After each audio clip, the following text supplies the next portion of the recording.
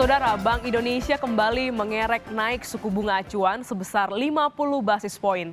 Rapat Dewan Gubernur yang berlangsung 19 dan 20 Oktober ini memutuskan suku bunga saat ini di level 4,75%. Grafis yang Anda lihat ini adalah perbandingan suku bunga dalam 3 bulan terakhir.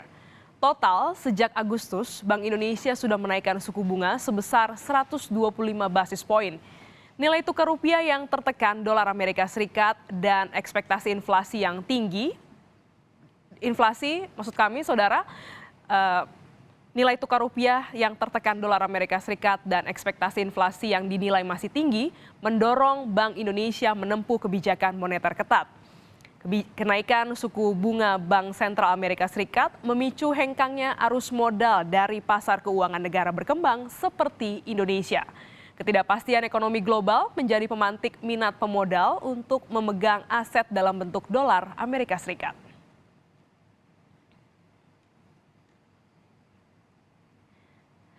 Industri keuangan seperti perbankan adalah sektor yang dapat perhatian dalam presidensi G20. Kurang dari 1 bulan pertemuan puncak G20, peran otoritas atau lembaga keuangan juga makin besar. Salah satunya adalah Lembaga Penjamin Simpanan atau LPS. Dan pagi hari ini di studio sudah ada Ibu Lana Suliastiningsih, Kepala Eksekutif LPS. Selamat pagi, Ibu Lana. Selamat pagi, Mbak. Gimana kabarnya, sehat ya, Bu? Alhamdulillah baik. Iya, Bu, ini menjadi sorotan dalam gelaran G20 beberapa waktu lagi nih. Sebenarnya untuk lebih mengenal LPS, sebenarnya apa sih, Bu? Bagaimana kerja LPS, terutama peran dan juga fungsinya seperti apa? Baik, LPS tadi Mbak Gendis menyampaikan Lembaga Penjamin Simpanan. Jadi kami termasuk bagian dari KSSK, Komite Stabilitas Sistem Keuangan. Itu meliputi Kementerian Keuangan, Bank Indonesia, Otoritas Jasa Keuangan, dan LPS. Jadi LPS di dalam kerangka KSSK, kami itu ada di back office.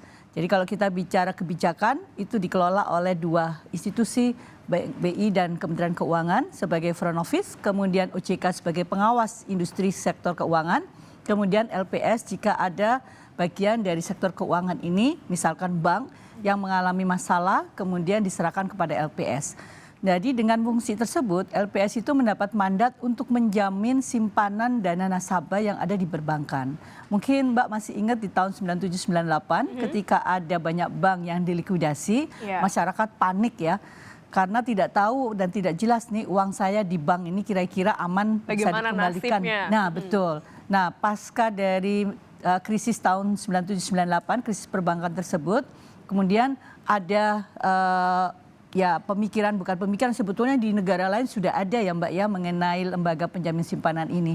Akhirnya muncullah lembaga penjamin simpanan untuk memberikan keyakinan kepada para nasabah khususnya agar nggak khawatir menempatkan dananya di bank.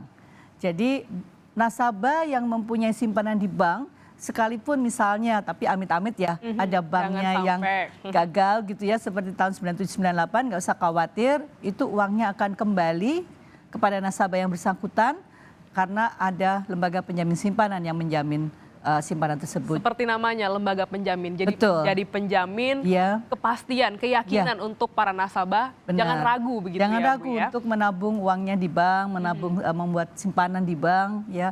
Karena secara undang-undang di nomor 24 tahun 2004 itu LPS memang mendapat mandat sebagai penjamin simpanan sekaligus juga ikut berkontribusi terhadap stabilitas sistem keuangan.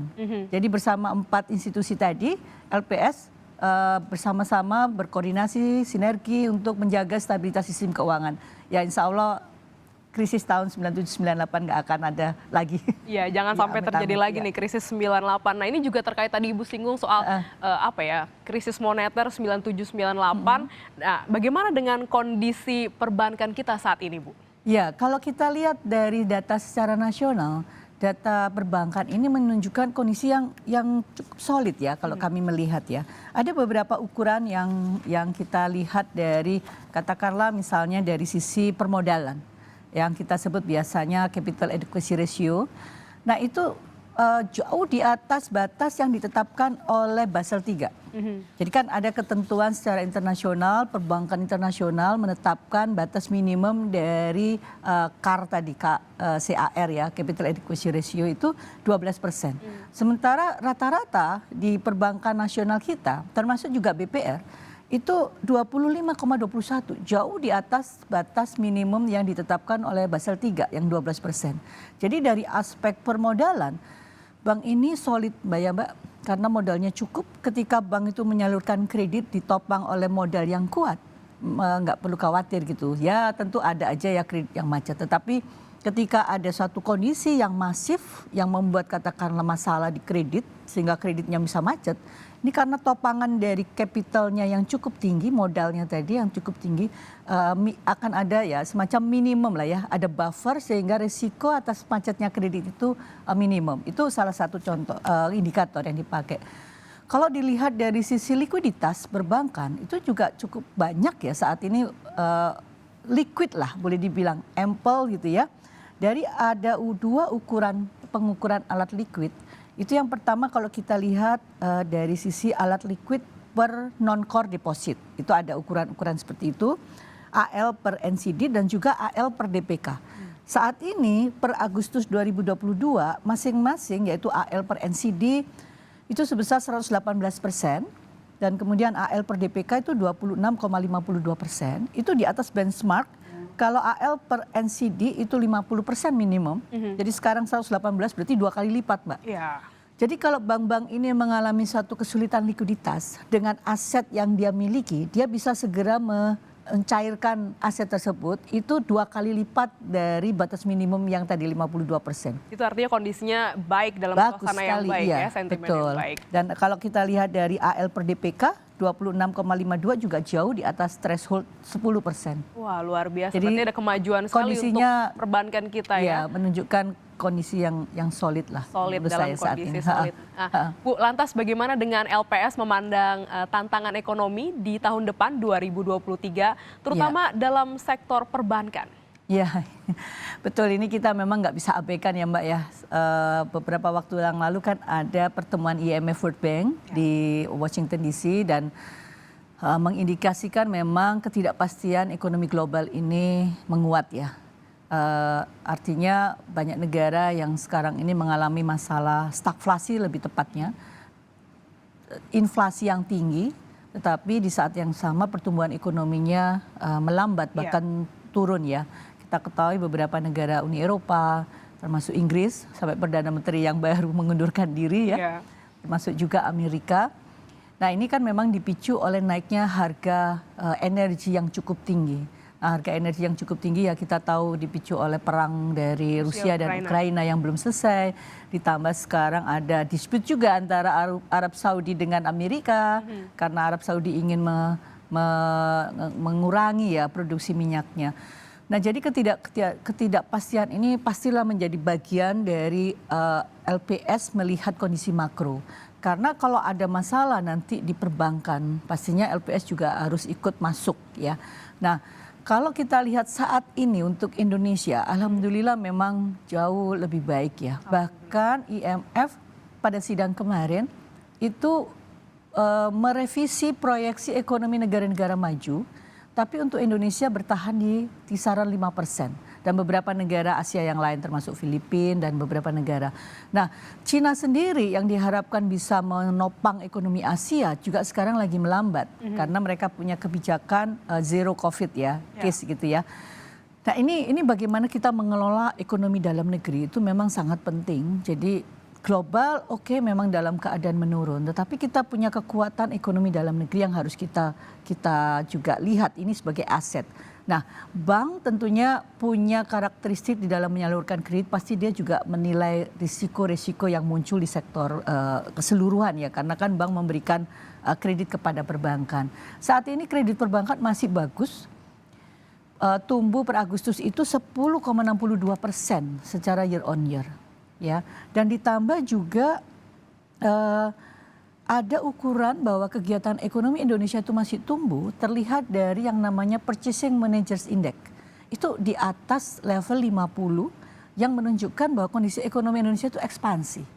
Jadi sebetulnya ekonomi kita relatif resilience ya, cukup tangguh.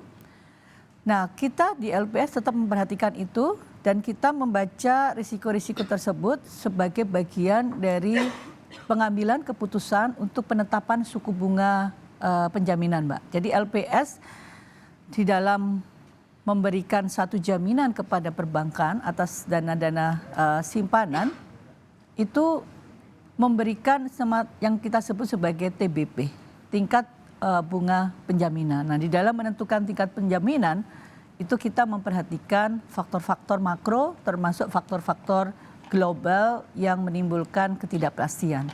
Terakhir LPS pada bulan September lalu menetapkan TBP dengan kenaikan 50 basis poin untuk falas, 25 basis poin untuk simpanan rupiah ya, dan 25 basis poin untuk simpanan di Bank Perkreditan Rakyat. Jadi ada dua TBP kita itu, ada ke Bank Umum dan Bank BPR.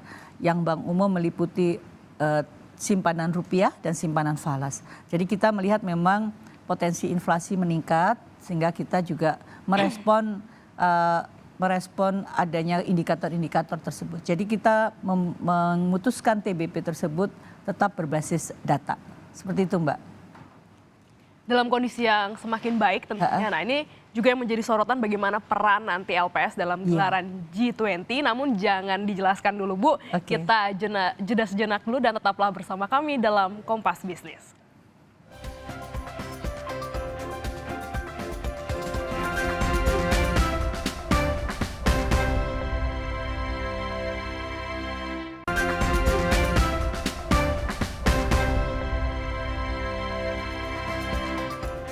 Terima kasih saudara, Anda masih menyaksikan Kompas Bisnis dan kami masih dalam dialog terkait bagaimana peran LPS dalam gelaran G20. Nah, saat ini sudah bersama dengan Ibu Lana Suliastiningsih, Kepala Eksekutif LPS. Bu, ini sorotannya adalah terkait dengan gelaran G20 nanti.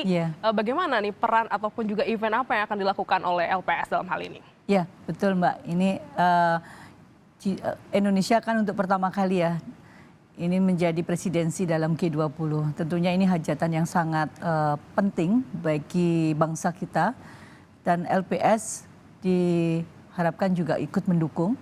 Dan ini tentunya suatu kehormatan bagi LPS juga untuk bisa menjadi bagian dari presidensi G20. Jadi kami dalam G20 nanti ini tanggal 7 sampai 9 November itu ada seminar internasional yang kita undang para deposit insurance dari negara-negara yang di dunia ini. Kan kita ada asosiasi deposit insurance secara internasional. Nah, ini kita undang untuk hadir di dalam pertemuan itu dengan membahas concern kita terhadap green economy. Karena masalah lingkungan itu nantinya juga akan berdampak kepada masalah perbankan.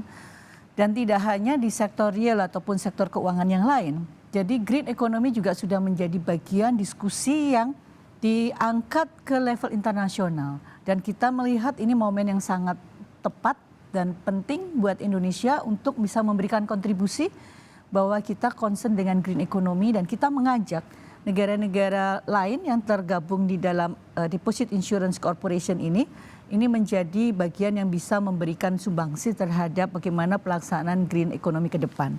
Nah, di dalam hajatan tersebut kami akan mendapatkan tamu istimewa, yaitu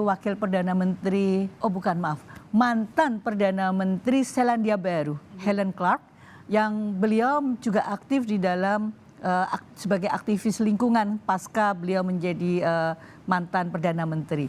Nah, itu yang kita punya satu agenda. Agenda yang lain itu akan kami selenggarakan di tanggal 11 November melalui Bloomberg CEO Forum.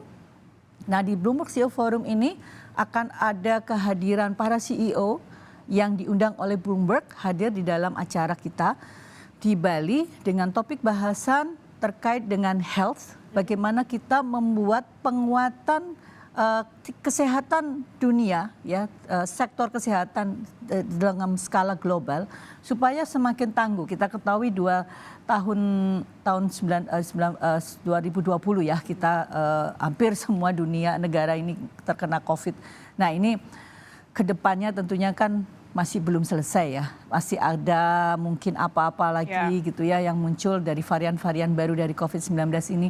Nah itu akan dibicarakan di forum ini. Jadi forum ini akan mengundang CEO-CEO dan praktisi di sektor kesehatan untuk bisa berbicara mengenai inovasi teknologi di sektor kesehatan. Ditambah juga terkait dengan smart city. Kita ketahui kita akan pindah ibu kota baru ke Kalimantan, di ibu kota Nusantara ini.